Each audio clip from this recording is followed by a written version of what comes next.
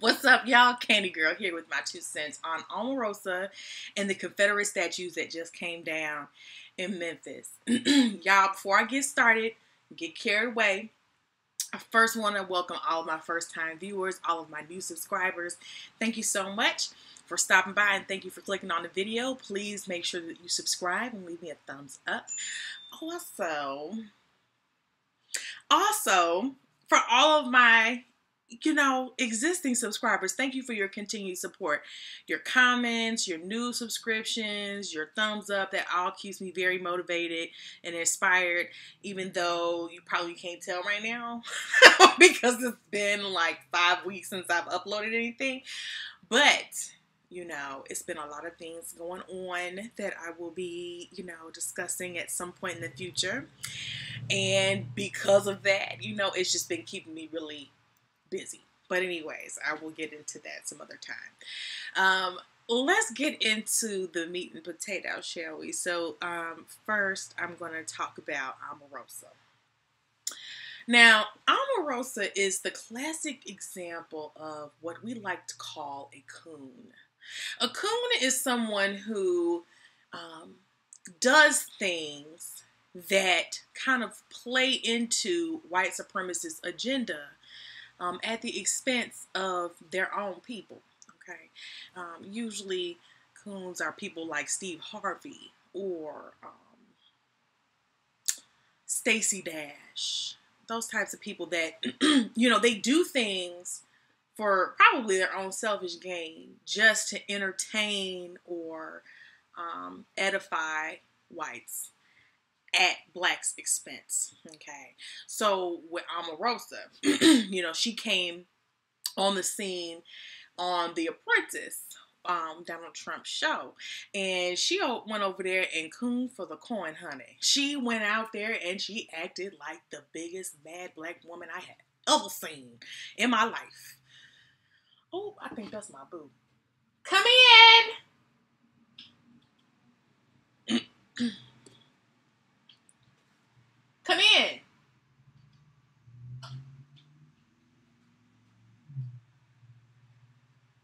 I gave this man a key, and he's acting like it's not working. Hold on.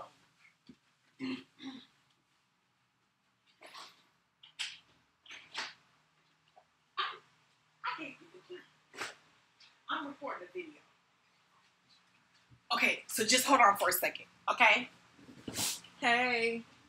So anyways, Omorosa is a coon, and then she went on to the Celebrity Apprentice, right?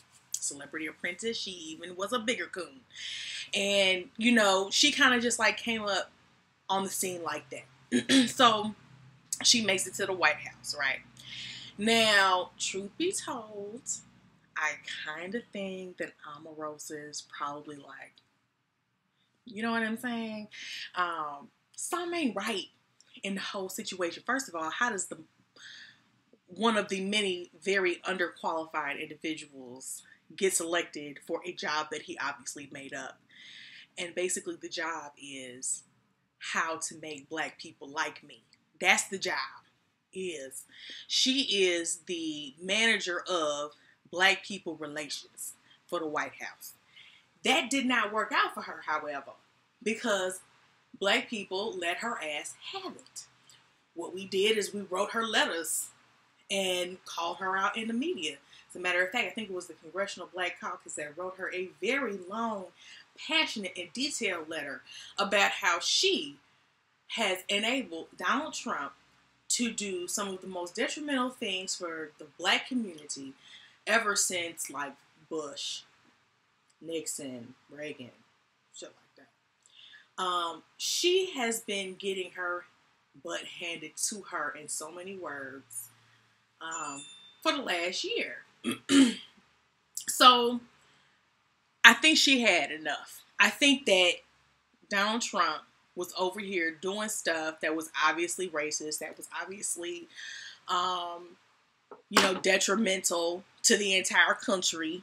And Omorosa probably has had enough of being his nice little black girl, the token black female friend that's supposed to be there to prove to the rest of the world that you're not racist. I think that's pretty much the role that she played.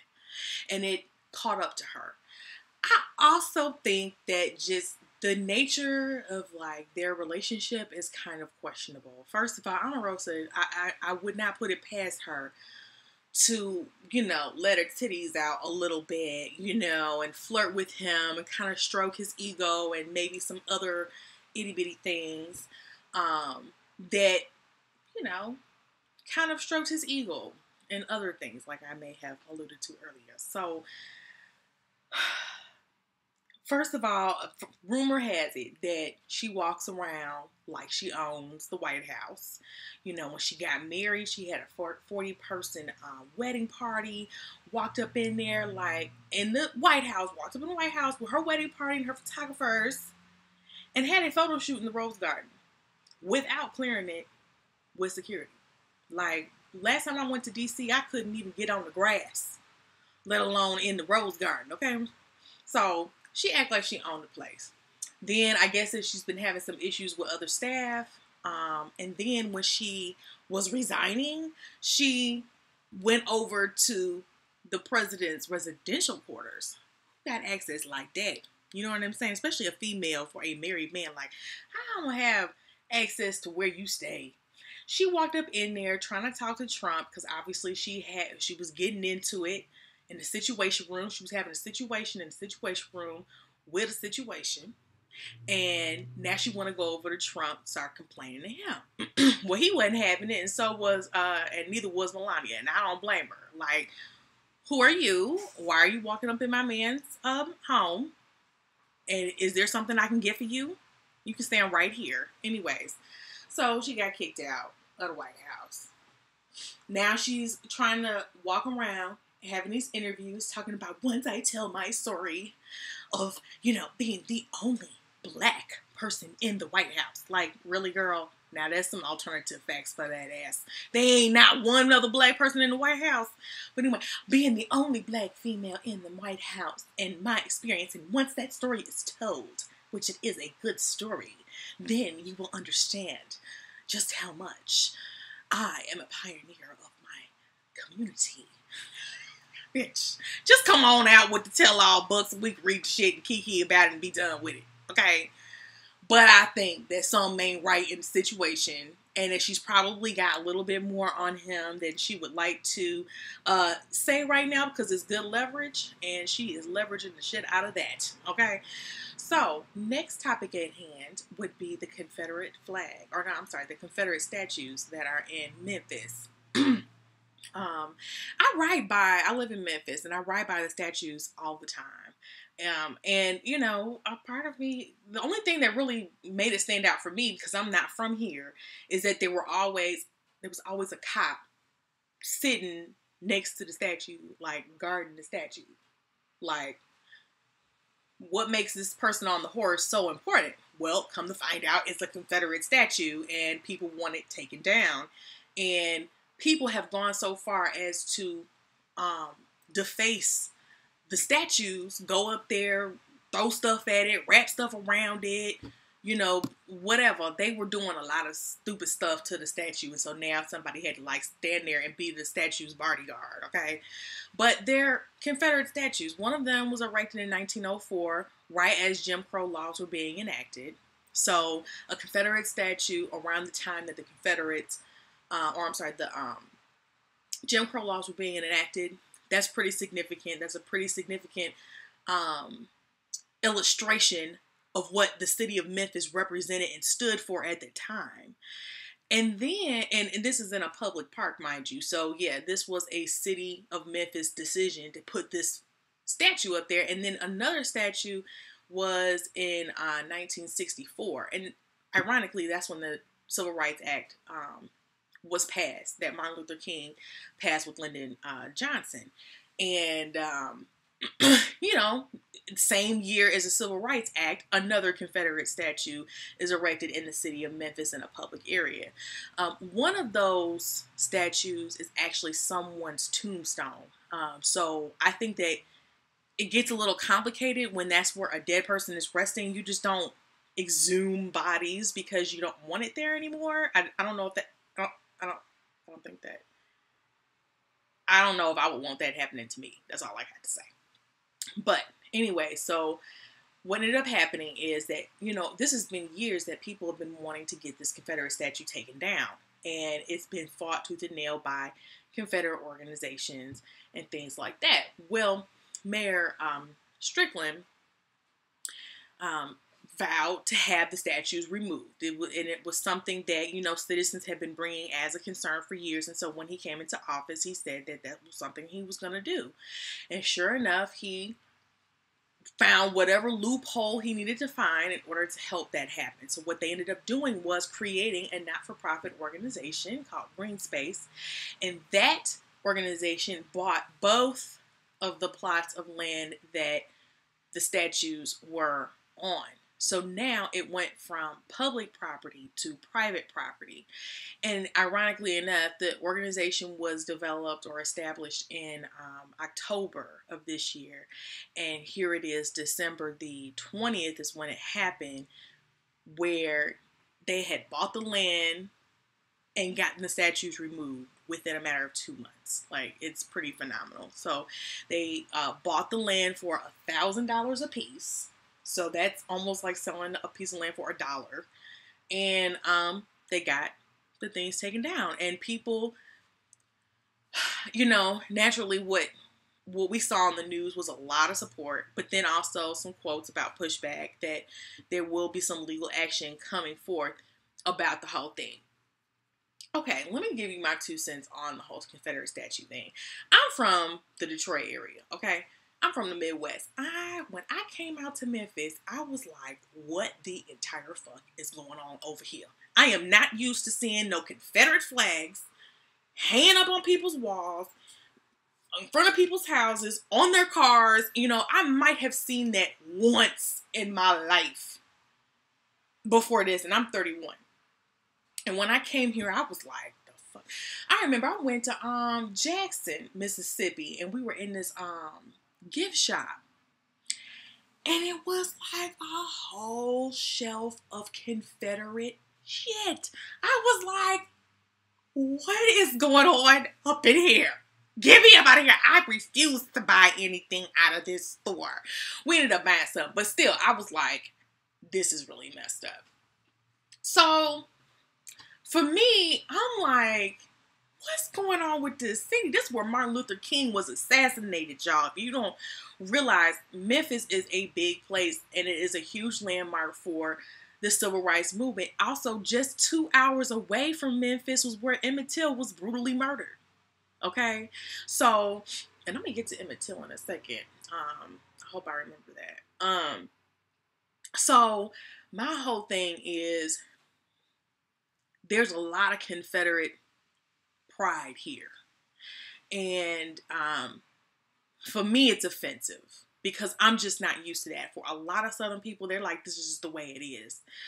But I'm not used to that. So I see a lot of problem with all of the Confederate stuff that I see. But with that being said, this is a statue just like I see all the other stuff. All of the stuff is offensive. Get rid of all of it. If this is what it doesn't represent, the South doesn't represent this anymore, why we got it in the first place? You know what I'm saying? Like, this needs to be discontinued from the markets. I do not see why this should be something that continues to be circulated.